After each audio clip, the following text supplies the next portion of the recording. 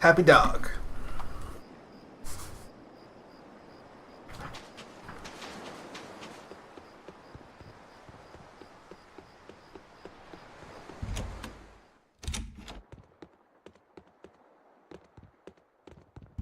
Oh, wait, that was right.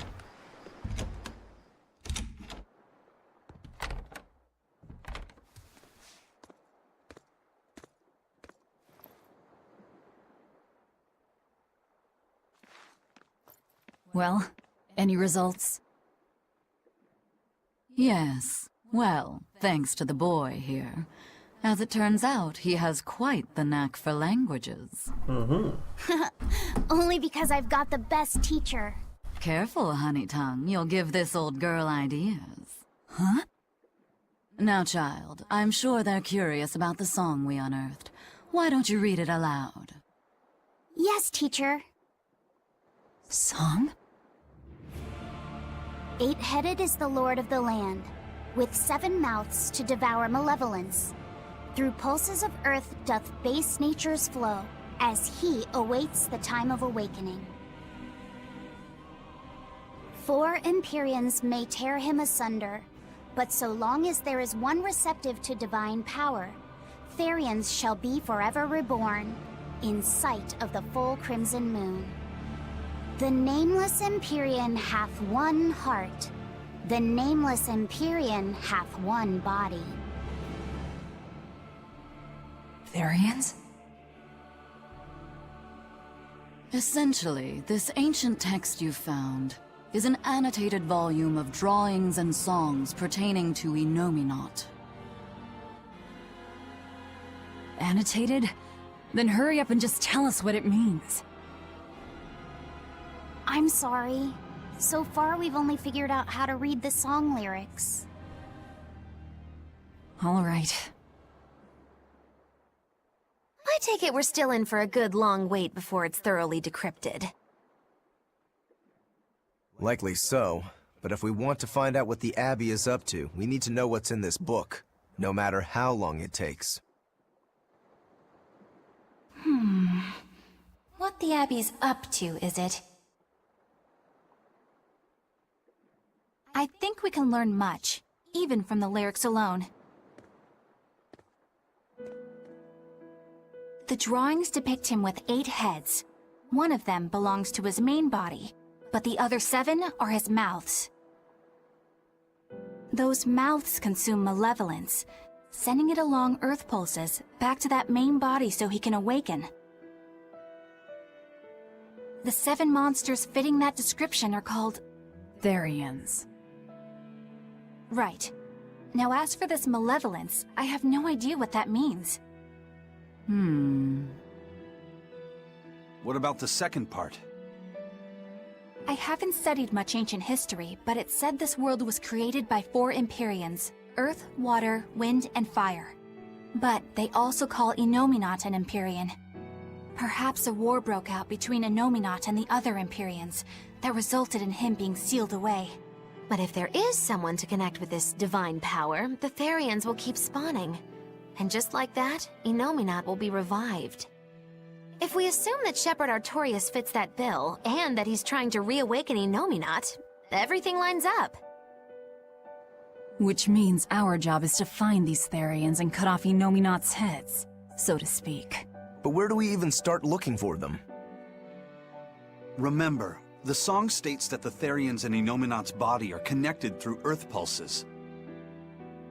If their job is to feed Innominat, the most effective place to position them would be at the earth pulse points. Points? The place is where the power of earth pulses is concentrated. Places with that sigil. Hey, remember the barrier that was keeping this bug in the forest? Wait, are you trying to say that thing's a Therian? And yet, it would explain why the Abbey was keeping it locked up. And there was that same barrier at the villa, too. That's right. Do you suppose that was also a Therian? Does that mean the Therians all come in different forms? Should we go to Logres and check? We've just started deciphering the book. I'd hate to lose time on some fool's errand. I'd rather know at least a little more about what's in it before we make a move.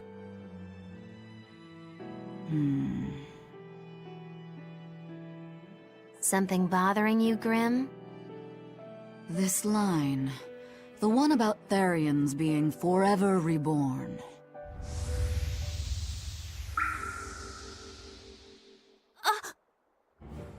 I just felt the same thing as I did in Warg Forest.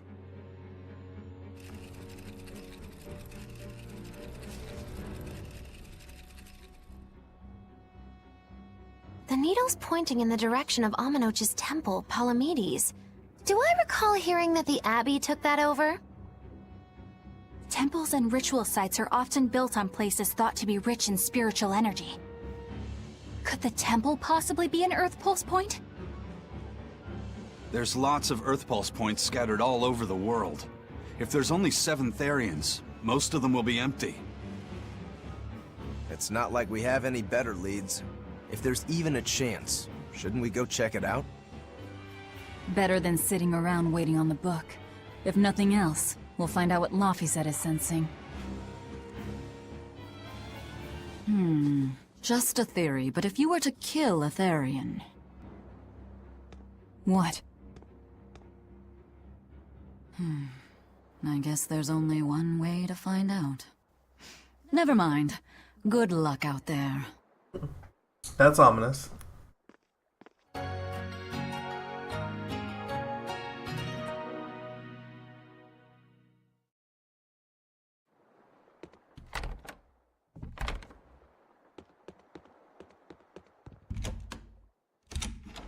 Alright, let's go kill some stuff.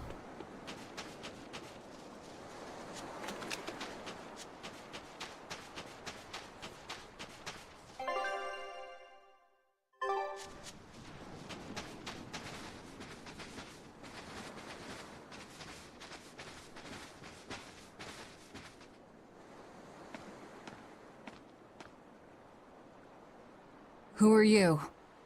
The innkeeper's daughter. I happened to overhear you all talking about going to Palamedes and... Did you report us to the Abbey? Report? But you already have an exorcist with you. If you have any business, talk with her then.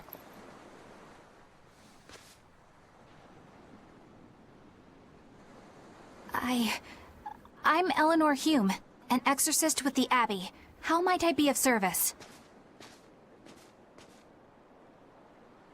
I want you to look for someone. A mother and her child went to visit the Abbey grounds, but they haven't returned.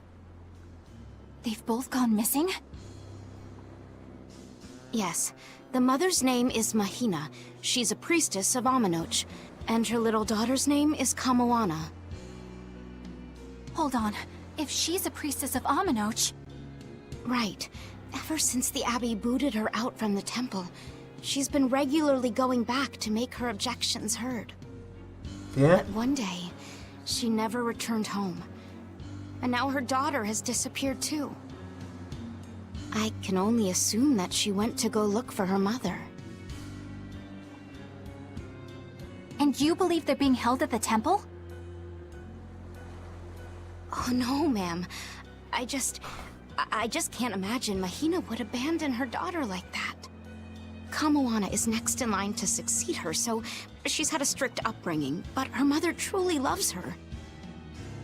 Please forgive Mahina for her protests. I was just hoping you could use the Abbey's resources to track them down. I will do everything in my power to find them. Thank you. Thank you so much. Like Kamoana, I grew up with only my mother as family. I can't help but worry for them. Of course. Let's be off, Miss Exorcist. Yeah, suddenly starting to take the shine off of the apple here. Eleanor, what's your game here? The mother and daughter, you mean? That's on me. I'll search for them myself. I don't care about that. Well, what then? Why are you actively helping us decipher the book, when we're using it to thwart the Abbey's plans? You think I might be deliberately misleading you? Laying a trap of some sort for you all? Are you? I think you're a lot of things, Demon. But foolish is not one of them. I want to know the truth. I want to know what Lord Artorias is trying to accomplish. And there's something happening in the world right now. I want to know what it is. Unfortunately, little old Eleanor has never been deemed trustworthy enough to be given such information. So, my only option is to find out for myself. You've got the soul searching down at least. The Abbey and your band of rogues follow two different paths. But something tells me either will lead me to the same destination. And so you don't see any need to lie to us? Exactly. And what'll you do if those truths don't line up cleanly with what you believe? I'm not sure yet. As honest an answer as any. Either way, it looks like you'll be working with us for the near future. Yes, for now. Hey, could I ask you something? What is it?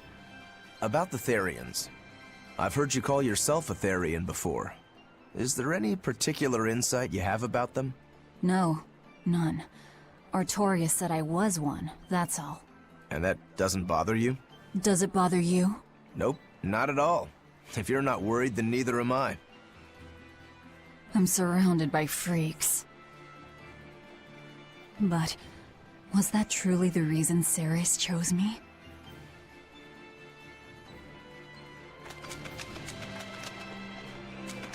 Yeah, I'm kinda worried about that. We're a Therian. We became a Therian when the fucking spell happened. Doesn't that make it pretty likely that we're one of these Therians of the Innominat that is supposed to give him power, so as strong as we get, we're just helping the bad guy? Velvet keeps picking on Madame Eleanor. They're total opposites, so I know they're just gonna clash sometimes, but Velvet takes it too far! You really think they're totally opposite? If Madame Eleanor is a white lily, then Velvet is a black rose. If Madame Eleanor is a soaring Pegasus, then Velvet is a wolf in the shadows. If Madame Eleanor is a plate of spaghetti carbonara, Velvet is squidding noodles with seaweed. I don't follow you completely, but I think I get the point. I'm sure you understand. The two have nothing at all in common.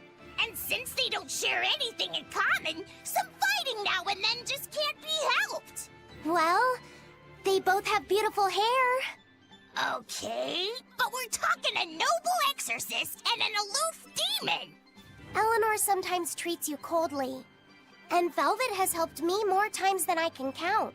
Madame Eleanor gives herself fully to the salvation of others, but Velvet is bent solely on revenge. That means they're both motivated by thoughts of others. How is the cheerful and talkative Madame Eleanor at all the same as the brooding, taciturn Velvet? Both of them talk to me when it's just the two of us together. You're just trying to be contrary. I'm only telling you what I've experienced. Actually, I feel that Madame Eleanor isn't really reaching out to me. It's alright if Eleanor doesn't want to talk to you. I'm here for you, Bienfu. You aren't alone. That just makes me feel lonelier. Bien. You two are opposites yourselves. Huh? Alright. Oh, we got new monsters. Might as well beat 'em up. on my blade.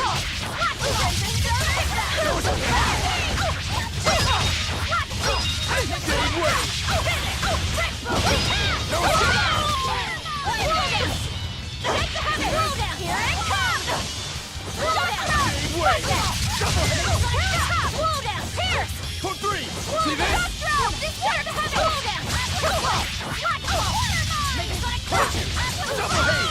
Yeah. That's the end for you! What an easy victory.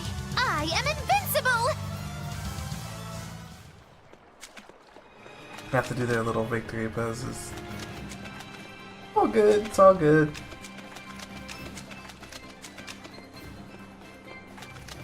Just how you anime ladies get sometimes, I get it. I'm ready for this. Double hit!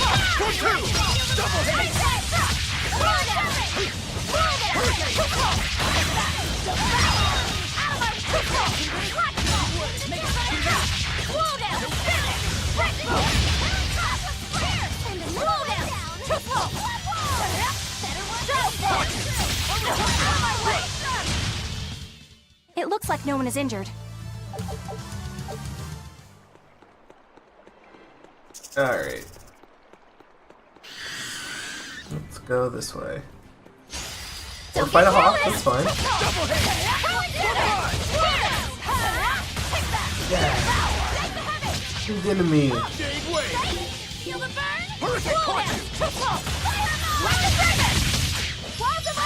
This looks cool. All it is.